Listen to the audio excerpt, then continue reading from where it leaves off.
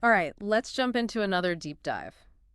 Today, we're going to be tackling, well, a pretty wild story. It's about Sean P. Diddy Combs. Diddy. I Yeah. mean, the guy's a legend, right? Bad boy entertainment, music, fashion, the whole thing.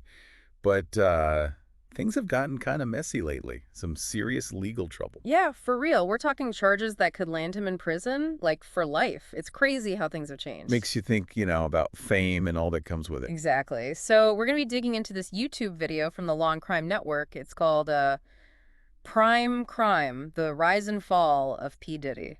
And let me tell you, they don't hold back. Gets into all the dark details. Which is why we're here. We're going to try to unpack it all, figure out how Diddy went from the top of the world to facing these serious charges. It's a complicated story. We're talking about some very heavy allegations here. Right, but it's also a story that raises some big questions about power, accountability, all that. Yeah, especially in the music industry. That whole culture of silence around powerful figures, it's definitely something we're going to be looking at. Okay, so let's get into it. Let's go back to the beginning. Diddy's story starts in Harlem, but it's really at Howard University where things start to take shape. Right, Howard. That's where he starts throwing parties, making connections. You can already see that entrepreneurial spirit. He was a hustler, even back then, always looking for the next opportunity. And that hustle leads him to an internship at Uptown Records. Which is a huge turning point. He goes from intern to talent director, and then, boom, Bad Boy Entertainment is born. And the rest is history. Biggie, Usher, Mary J. Blige. Diddy signed them all. He wasn't just a producer. He was shaping the sound of an entire generation. He had this incredible eye for talent, and he wasn't afraid to take risks to shake things up. That's for sure. And beyond the music, there's Sean John, Ciroc Vodka. I mean, he built an empire. And those parties, man. Ain't no party like a Diddy party. That wasn't just a saying, it was a lifestyle. But as we see in the video, this is also where the story starts to get a little, well, darker. Yeah. Amidst all the success, the fame, the fortune, there are these whispers, about what was really going on at those parties. Allegations of illegal activities, sexual assault, even a culture of silence where people were afraid to speak out against Diddy. There's this one event that really stands out, though. The 1999 nightclub shooting involving Diddy, Jennifer Lopez, and rapper Shine. Diddy was acquitted, but the whole thing just raised more questions. Questions about his power, his influence, how far he was willing to go to protect himself. Exactly. And then there's the whole Cassie Ventura situation. She signs with Bad Boy Records, things get romantic, but it all ends pretty badly. Yeah, and that's when things get really complicated. In 2023, Ventura files this lawsuit that sends shockwaves through the industry. Years of abuse, she claims, sexual assault, even sex trafficking. The details are really disturbing. They are. She alleged she was forced to have sex with male prostitutes, that she was constantly threatened, there was violence. And there's that whole thing about Diddy allegedly blowing up rapper Kid Cudi's car because Ventura tried to date him. It's a lot to take in. Now, to be fair, the lawsuit was settled quickly and for an undisclosed amount, But it opened the floodgates. Suddenly, other people started coming forward with their own stories about Diddy. you have Jonathan O.D., who claimed back in 2018 to be a sex slave to Diddy and Ventura. Then there's music producer Rodney Jones, who filed a lawsuit alleging all kinds of stuff. Prostitution, racketeering, even potential trafficking of minors. It's heavy stuff. Really heavy. Jones claimed Diddy was violent, threatened him, stole money from him, even had hidden cameras in his houses. It paints a pretty dark picture of the man. And it's not just the lawsuits. A lot of people went on social media with their own stories about Diddy. Celebrities like DJ Sianu. It's like all these whispers suddenly started having real consequences. Right, like a reckoning was finally happening. And the video even mentions that some people admitted they knew things, saw things, but they stayed silent because of Diddy's power and influence. Yeah, it's crazy to think about how much power one person can have and how that power can be used to silence people, to keep them from speaking out. It's a pattern we see again and again, unfortunately. But in this case, it seems like the silence was finally breaking. And that's when the whole story takes another dramatic turn. You're talking about the raids, right? The raids.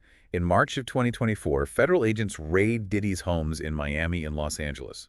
They were looking for evidence of human trafficking, sexual assault, drugs, you name it. It was a full-blown investigation, and what they found was, well, it was pretty damning. Guns with serial numbers removed, ketamine, and digital evidence that supposedly backs up claims of victims being held against their will. Diddy's lawyers called it a witch hunt, of course, but the evidence was starting to pile up. And in September 2024, it all culminated in a federal indictment. Racketeering conspiracy, sex trafficking, interstate transportation for prostitution. It was a huge deal. This wasn't just about individual incidents anymore. It was about Diddy allegedly leading a criminal enterprise. And at the heart of it all were these freak-offs that the video describes in detail. Forced sexual performances, male prostitutes, recordings. It's a side of Diddy that most people never imagined. And it just kept getting worse. At the bail hearing, Diddy's team offered a $50 million bail package, but the judge denied it. He was sent to the Metropolitan Detention Center to await trial. That's how seriously the court was taking these charges. And then, to make matters even worse, CNN released security footage of Diddy assaulting Ventura in a hotel hallway.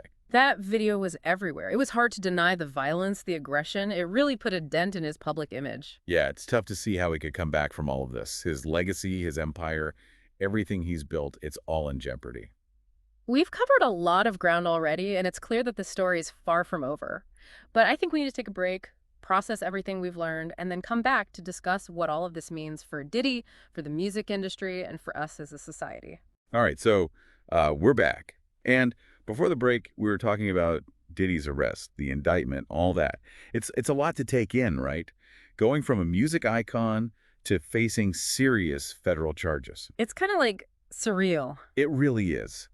And, it can be kind of hard to wrap your head around all those legal terms. Like, what does it all actually mean? What are the implications? Yeah, that's a good point. Like racketeering conspiracy, that sounds like something out of a movie. Right. It does sound like a mob movie. Yay. But basically, that's what the government is alleging here. They're saying Diddy was leading a criminal enterprise, that he used his businesses, all that success, as a cover for illegal activities. So they're saying he was basically running a criminal operation disguised as a legitimate business empire. Exactly. And if they can prove it, the penalties are really serious. We're talking 20 years to life in prison. Wow. Okay, so then there's the sex trafficking charge. What does that mean in this context?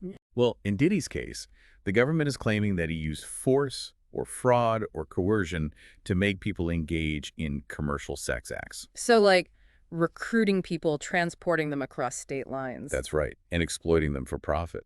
And the lawsuit from Rodney Jones, the music producer, he even mentioned potential trafficking of minors. Oh, right.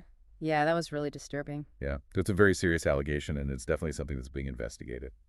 Okay, so there's also that third charge, interstate transportation for prostitution. What's that about? Basically, it means transporting someone across state lines, specifically for the purpose of prostitution. And in the video, there are allegations that Diddy would fly women to different cities for those freak-offs. Yeah, I remember that. So even though the indictment doesn't, specifically name all the victims, it sounds like the prosecutors are building a case that goes beyond any single incident. That's right. They're trying to show a pattern of behavior, a system of exploitation that went on for years.